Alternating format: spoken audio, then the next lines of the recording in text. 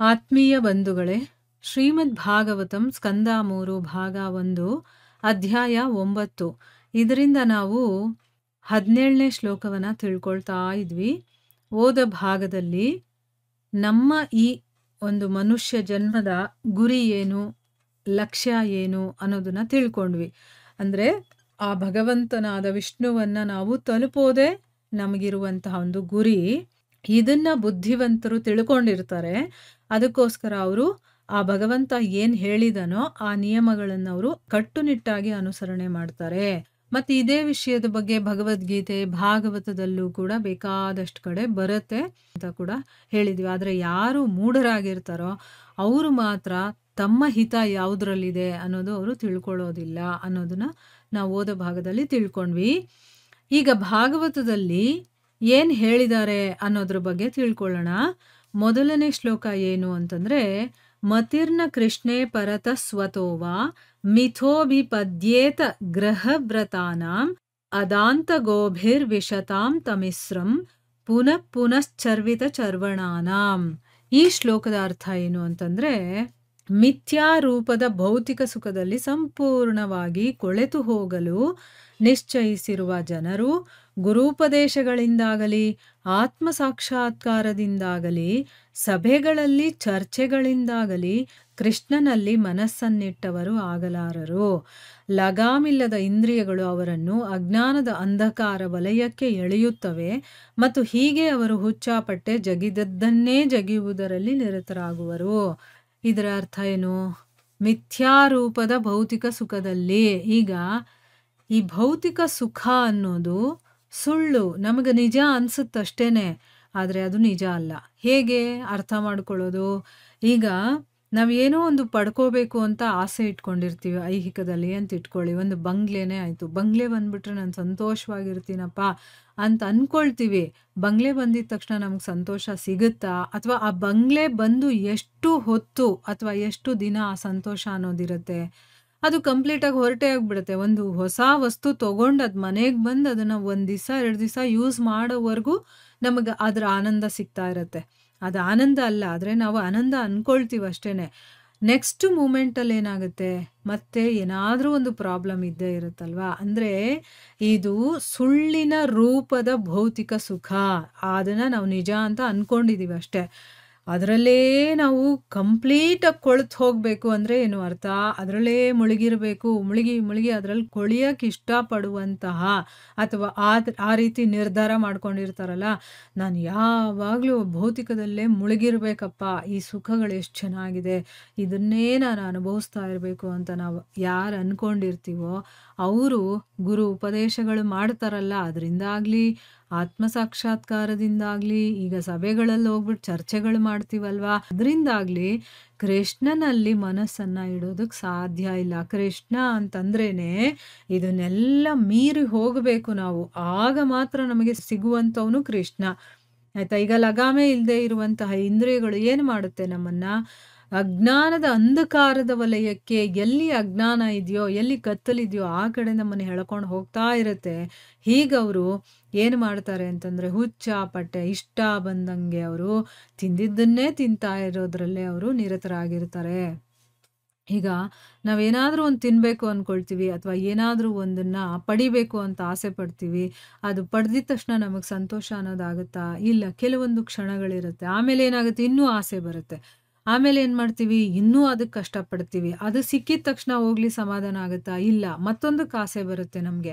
ಅಂದರೆ ಏನು? ತಿಂದಿದ್ದನ್ನೇ ತಿಂತಾ ಇರೋದು. ಪುನಃ ಪುನಃ ಚರ್ವಿತ ಚರ್ವಣಾನಾಂ ಅಂತ ಹೇಳಿದ್ದಾರೆ. ಮತ್ತೆ ಮತ್ತೆ ತಿಂದಿದ್ದನ್ನೇ ತಿಂತಾ ಇರೋದು. ಅದು ಎಷ್ಟು ತಿಂದರೂ ತೃಪ್ತಿ ಆಗಲ್ಲ. ಈ ರೀತಿ ನಮ್ಮನ್ನು ಅದು ಅಂಧಕಾರಕ್ಕೆ ಕರ್ಕೊಂಡು ಹೋಗ್ಬಿಡುತ್ತೆ ನಮ್ಮ ಇಂದ್ರಿಯಗಳು ಅಂತ ಹೇಳ್ತಾ ಇದ್ದಾರೆ. ಅಂದರೆ ಯಾರಲ್ಲಿ ಅಜ್ಞಾನ ಇರುತ್ತೋ ಅವ್ರು ಹೇಗೆ ನಡ್ಕೊಳ್ತಾರೆ. ಮತ್ತು ಈ ರೀತಿ ನಾವು ಡಿಸೈಡ್ ಮಾಡಿಬಿಟ್ಟಿದ್ದೀವಿ, ನಾನು ಭೌತಿಕದಲ್ಲೇ ಇರಬೇಕು, ನಾನು ಶಾಶ್ವತವಾಗಿರಬೇಕು. ಈಗ ರಾಕ್ಷಸರು, ರಾವಣ ಇವಂಥವರೆಲ್ಲ ಏನು ಮಾಡ್ತಾಯಿದ್ರು, ನಾನು ಮೃತ್ಯುನೇ ಇಲ್ಲದೆ ಇರೋನಾಗಬೇಕು. ಅಂದರೆ ಏನು? ಈ ಐಹಿಕ ಪ್ರಪಂಚದಲ್ಲಿರುವಂಥ ಭೋಗಗಳನ್ನು ಭೋಗಿಸ್ತಾನೇ ಇರಬೇಕು ಅಂತ. ಅಂದರೆ ಏನು? ಇದರಲ್ಲೇ ಕೊಳ್ತು ಹೋಗಬೇಕು ಅಂತ ಅವ್ರು ಅನ್ಕೊಂಬಿಟ್ಟಿರ್ತಾರೆ. ಅದಕ್ಕೋಸ್ಕರ ಏನು ಬೇಕಾದರೂ ಮಾಡ್ತಾರೆ. ಅವ್ರಿಗೆ ಕೃಷ್ಣನಲ್ಲಿ ಪ್ರೀತಿ ಅನ್ನೋದು ಯಾವತ್ತೂ ಬರೋದಿಲ್ಲ. ಆ ಕೃಷ್ಣನಲ್ಲಿ ಮನಸ್ಸು ಅವ್ರು ಇಡೋದಕ್ಕೂ ಸಾಧ್ಯ ಇಲ್ಲ ಅನ್ನೋದು ಇದರ ಅರ್ಥ. ಮುಂದಿನ ಶ್ಲೋಕ ಯಾವುದು ಅಂತಂದ್ರೆ, ನತೇ ವಿದು ಸ್ವಾರ್ಥಗತಿಂ ಹಿ ವಿಷ್ಣುಂ ದುರಾಶಯ ಹೇ ಬಹಿರರ್ಥಮಾನಿನಃ ಅಂಧಾ ಯತಾಂಧೈರುಪನೀಯಮಾನಾಃ ತೇಪಿ ಶತಾಂತ್ರ್ಯಾ ಮುರುದಾಂ ನಿಬದ್ಧಾಃ ಅನ್ನುವಂಥ ಶ್ಲೋಕ. ಇದರ ಅರ್ಥ ಏನು ಅಂತಂದ್ರೆ, ತಮ್ಮ ಹುಚ್ಚಾಟಿಕೆಯ ಚಟುವಟಿಕೆಗಳಿಂದಾಗಿ ವಿಶ್ವದ ಅಭಿವ್ಯಕ್ತಿಯ ಪ್ರಭುವಾಗಿರುವ ವಿಷ್ಣುವನ್ನು ಪಡೆಯುವುದೇ ಮಾನವ ಜೀವನದ ಪರಮೋದ್ದೇಶವೆಂಬುದನ್ನು ಜನರು ಅರಿಯರು. ಮತ್ತು ಅದೇ ಕಾರಣದಿಂದ ಬದುಕಿಗಾಗಿ ನಡೆಸುವ ಅವರ ಹೋರಾಟವು ಭಗವಂತನ ಬಹಿರಂಗ ಶಕ್ತಿಯ ಕೈ ಕೆಳಗಿರುವ ಭೌತಿಕ ನಾಗರಿಕತೆಯ ತಪ್ಪಾದ ದಿಕ್ಕಿನಲ್ಲಿದೆ. ಒಬ್ಬ ಕುರುಡನನ್ನು ಇನ್ನೊಬ್ಬ ಕುರುಡನು ಅನುಸರಿಸಿ ಇಬ್ಬರೂ ಕಂದಕಕ್ಕೆ ಬೀಳುವಂತೆ ಅವರು ಅದೇ ತೆರದ ಹುಚ್ಚಾಟಿಕೆಯ ಮನುಷ್ಯರ ಮಾರ್ಗದರ್ಶನ ಪಡೆಯುತ್ತಾರೆ. ಅಂದ್ರೆ ಅರ್ಥ ಏನು, ಈಗ ನಾವು ಏನೋ ಮಾಡಬಾರದನ್ನ ಏನೋ ಮಾಡ್ಕೊಂಡು ಟೈಮ್ ಪಾಸ್ ಮಾಡ್ತಾ ಇರ್ತೀವಲ್ವಾ, ಅಂಥ ಚಟುವಟಿಕೆಗಳಿಂದ ಈ ಒಂದು ವಿಶ್ವದ ಪ್ರಭು ಆಗಿರುವಂಥ ವಿಷ್ಣುವನ್ನ ಪಡೆಯೋದೇ ನಮ್ಮ ಮನುಷ್ಯ ಜನ್ಮದ ಪರಮ ಉದ್ದೇಶ ಅನ್ನೋದನ್ನೇ ನಾವು ಮರ್ತು ಹೋಗಿದ್ದೀವಿ. ಅಂದ್ರೆ ನಮಗೆ ಅದರ ಅರಿವು ಇಲ್ಲ. ಆ ಕಾರಣದಿಂದ ಏನು ಮಾಡ್ತಾ ಇದ್ದೀವಿ, ನಾವು ಬದುಕಿಗಾಗಿ ನಡೆಸುವಂತಹ ನಮ್ಮಂಥವರ ಹೋರಾಟ ಇದೆಯಲ್ಲ, ಅದು ಭಗವಂತನ ಬಹಿರಂಗ ಶಕ್ತಿಯ ಕೈ ಕೆಳಗಡೆ ಇರುವಂತಹ ಈ ಭೌತಿಕ ಪ್ರಪಂಚ ಇದೆಯಲ್ಲ, ಇದರ ನಾಗರಿಕತೆ ಅನ್ನೋದು ತಪ್ಪಾದ ದಿಕ್ಕಿನಲ್ಲಿ ನಡೀತಾ ಇದೆ. ಯಾಕಂದ್ರೆ ಭೌತಿಕದಲ್ಲಿರೋರು ಭೌತಿಕದ ಕಡೆನೇ ಹೋಗೋದಕ್ಕೆ ಇಷ್ಟಪಡ್ತಾರೆ. ಆದರೆ ತಿಳ್ಕೊಂಡಾಗ ನಮಗೆ ಗೊತ್ತಾಗುತ್ತೆ, ನಾನು ಈ ದೇಹ ಅಲ್ಲ, ಆತ್ಮ. ನನ್ನ ಒಂದು ಗುರಿ ಏನು ಅಂದ್ರೆ ಪರಮಾತ್ಮನನ್ನ ಪಡ್ಕೊಳ್ಳೋದು, ಭಗವಂತನನ್ನ ಪಡೆಯೋದು. ಆದ್ರೆ ನಾವು ಬಹಿರಂಗ ಶಕ್ತಿಯ ಕೈ ಕೆಳಗಡೆ ಇರೋದ್ರಿಂದ ಈ ಒಂದು ಭೌತಿಕ ನಾಗರಿಕತೆ ಅನ್ನುವಂಥ ಅಂದ್ರೆ ನಾವೆಲ್ಲರೂ ಕೂಡ ಏನ್ ಮಾಡ್ತಾ ಇದ್ದೀವಿ, ಹೋಗ್ಬೇಕಾಗಿರೋ ದಾರಿನಲ್ಲಿ ಹೋಗ್ತಾ ಇಲ್ಲ, ಯಾವುದೋ ಬೇರೆ ದಾರಿನಲ್ಲಿ ಹೋಗ್ತಾ ಇದೀವಿ. ಅಥವಾ ಹೋಗ್ಬೇಕಾಗಿರುವ ದಿಕ್ಕಿನ ಕಡೆ ಹೋಗ್ತಾ ಇಲ್ಲ. ನಾವು ಪೂರ್ವದ ಕಡೆ ನಾವು ಹೋಗಬೇಕು ಅಂತಂದ್ರೆ ನಾವು ಪಶ್ಚಿಮದ ಕಡೆ ಹೋಗ್ತಾ ಇದೀವಿ. ಆ ರೀತಿ ಆಗ್ಬಿಟ್ಟಿದೆ. ಇದಕ್ಕೊಂದು ಎಕ್ಸಾಂಪಲ್ ಏನು ಅಂತಂದ್ರೆ, ಒಬ್ಬ ಕುರುಡ ಇನ್ನೊಬ್ಬ ಕುರುಡನನ್ನ ಫಾಲೋ ಮಾಡಿದ್ರೆ ಏನಾಗುತ್ತೆ ಹೇಳಿ, ಅವನೇನಾದ್ರೂ ಒಂದು ಹಳ್ಳದಲ್ಲಿ ಬಿದ್ರೆ ಇವನು ಹೋಗಿ ಬೀಳ್ತಾನೆ. ಆ ರೀತಿ ನಾವು ಏನೋ ಒಂದು ಮೂಢತನದಿಂದ ಒಬ್ರು ಹೋಗ್ತಾ ಇದ್ರೆ ನಾನು ಹಂಗೇ ಮಾಡಬೇಕು ಅಂತ ಹೋಗ್ತಾ ಇದ್ದೀನಿ. ಯಾರಾದ್ರೂ ನೋಡಿ ಬೇಕಾದ್ರೆ ಎಲ್ರಿಗೂ ಏನು ಅಂತಂದ್ರೆ, ಒಂದು ವಯಸ್ಸಿಗೆ ಬಂದಿದ ತಕ್ಷಣ ಆ ಹುಡುಗನಿಗೆ ಮದುವೆ ಮಾಡಬೇಕು, ಅವನಿಗೆ ಮಕ್ಕಳಾಗಬೇಕು, ಇದು ಒಂದು ಜೀವನ ಶೈಲಿ ಆಗ್ಬಿಟ್ಟಿದೆ. ಅವನೇನಾದ್ರೂ ಆಧ್ಯಾತ್ಮಿಕತೆ ಕಡೆ ತನ್ನ ಮನಸ್ಸನ್ನ ಇಟ್ಟ ಅಂತಂದ್ರೆ, ಓ ಇವನು ಬ್ರಹ್ಮಚಾರಿಯಾಗೆ ಇದ್ಬಿಟ್ಟಿದ್ದಾನೆ, ಇವನು ಯಾವುದೋ ಬೇರೆ ತರ ಯೋಚನೆ ಮಾಡ್ತಾ ಇದ್ದಾನೆ, ಇವನು ದೇವಸ್ಥಾನಕ್ಕೆ ಹೋಗ್ತಾನೆ, ಅಲ್ಲೇ ಯಾವಾಗ್ಲೂ ಇರ್ತಾನೆ, ಇವನಿಗೆ ಮದುವೆ ಮಾಡಬೇಕು, ಅದು ಸರಿಯಾದ ಒಂದು ದಾರಿ, ಅದು ಆ ರೀತಿ ಇರ್ಬೇಕು ನಾವು. ಅಂದ್ರೆ ಏನು, ಒಂದು ನಿಯಮ, ಒಂದು ಕಟ್ಟಳೆಗಳಿರುತ್ತಲ್ಲ, ಅದರಲ್ಲೇ ಇರಬೇಕು. ಈ ಜಗತ್ತನ್ನ ಎಲ್ಲರೂ ಯಾವ ರೀತಿ ನಡ್ಕೊಂಡು ಹೋಗ್ತಾ ಇದ್ದಾರೋ, ಸರಿಯಾಗಿ ಒಳ್ಳೆ ಸಂಪಾದನೆ ಮಾಡಬೇಕು, ದೊಡ್ಡ ಮನೆ ಕಟ್ಟಬೇಕು, ಕಾರ್ ತಗೋಬೇಕು, ಈ ರೀತಿ ಎಲ್ಲ ಇದ್ದಾಗ ಅವನು ಸರಿಯಾಗಿದ್ದಾನೆ ಅಂತ. ಅವನೇನಾದ್ರೂ ಸಾಮಾನ್ಯವಾಗಿ ಒಂದು ಸಿಂಪಲ್ ಆಗಿ ಅವನು ಬದುಕಬೇಕು, ಬರೀ ದುಡ್ಡು ದುಡ್ಡು ದುಡ್ಡು ಅನ್ನೋದಲ್ಲ, ನಾವು ನೆಮ್ಮದಿಯಿಂದ ಮತ್ತೆ ನಮ್ಮನ್ನ ನಾವು ತಿಳ್ಕೊಳ್ಳೋದ್ರ ಕಡೆಗೆ ನಮ್ಮ ಗಮನ ಹರಿಸೋದು, ಆಮೇಲೆ ಆದಷ್ಟು ಸಿಂಪಲ್ ಲಿವಿಂಗ್ ಅಂತ ಹೇಳ್ತಾರಲ್ಲ, ಆ ರೀತಿ ಇದ್ರೆ ಅಯ್ಯೋ ಇವನೇನು ದುಡಿಯೋದಿಲ್ಲ, ಇವನು ಒಂಥರ ಕೀಳು ಮಟ್ಟದಲ್ಲಿ ಅವನನ್ನು ನೋಡ್ತಾರೆ. ಆದ್ರೆ ನಿಜವಾಗ್ಲೂ ಅವನು ಸರಿಯಾಗಿರ್ತಾನೆ ಅಲ್ವಾ. ಅಂದ್ರೆ ಇಲ್ಲಿ ಒಬ್ಬ ಕುರುಡನನ್ನ ಇನ್ನೊಬ್ಬ ಕುರುಡ ಹೇಗೆ ಅನುಕರಣೆ ಮಾಡ್ಕೊಂಡು ಹೋಗ್ತಾನೋ ಆ ರೀತಿ ಅನುಕರಣೆ ಮಾಡಿದ್ರೆ ಅವಾಗ ಇವನು ಸರಿಯಾಗಿದ್ದಾನೆ ಅಂತ ಹೇಳ್ತಾರೆ ಹೊರತು, ಈ ಜಗತ್ತಿಗೆ ವಿರುದ್ಧವಾಗಿ ನಡ್ಕೊಂಡಾಗ, ವಿರುದ್ಧ ಅಲ್ಲ, ಅದೇ ಸರಿಯಾದ ದಾರಿ, ಆದ್ರೆ ಈ ಜಗತ್ತಿನ ಕಣ್ಣಿಗೆ ಹೆಂಗ್ ಕಾಣಿಸುತ್ತದೋ ವಿರುದ್ಧವಾಗಿ ಕಾಣಿಸುತ್ತೆ. ಅವಾಗ ಏನ್ ಮಾಡ್ತಾರೆ, ಅವ್ರ ಬಗ್ಗೆ ಇಲ್ಲ ಸಲ್ಲದು, ಕೆಟ್ಟದ್ದು, ಮತ್ತೆ ಏನ್ ಹೇಳ್ಬಾರ್ದು ಅದನ್ನೆಲ್ಲ ಹೇಳಿ ಅವರು ಬೇಜಾರು ಮಾಡೋದ್ರಲ್ಲ, ಅವರು ಆ ರೀತಿ ಟೈಮ್ ಪಾಸ್ ಮಾಡ್ತಾರೆ. ಅದನ್ನೆಲ್ಲ ಕೇಳಿ ಅದನ್ನ ಎದುರಿಸುವಂತ ಒಂದು ಮನಸ್ಥೈರ್ಯ ನಮ್ಮಲ್ಲಿ ಇರಬೇಕು.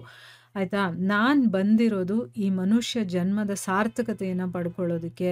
ಸೊ ನಾನೇನ್ ಮಾಡಬೇಕು ಅನ್ನೋದು ನನಗೆ ಗೊತ್ತಿರಬೇಕು. ಯಾರು ಏನು ಹೇಳಿದ್ರು ಕೂಡ ಅದರಿಂದ ನನಗೇನೇ ಎಫೆಕ್ಟ್ ಆಗಬಾರ್ದು. ಆಗ ನಾನು ಸರಿಯಾದ ಮಾರ್ಗದಲ್ಲಿ ಇದ್ದೀನಿ ಅನ್ನೋದನ್ನ ನಾನು ತಿಳ್ಕೊಬೋದು.